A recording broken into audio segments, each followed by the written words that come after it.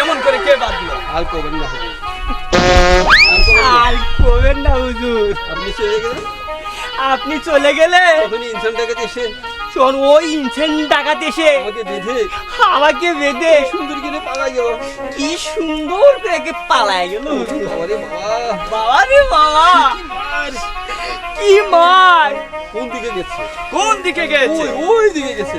ওই দিকে গেছে। তুই আয় আমার সাথে। হাই তাহলে আমার সাথে। আমি ইনসান, তুমি ধরে যাও, আমি ধরে গেছি।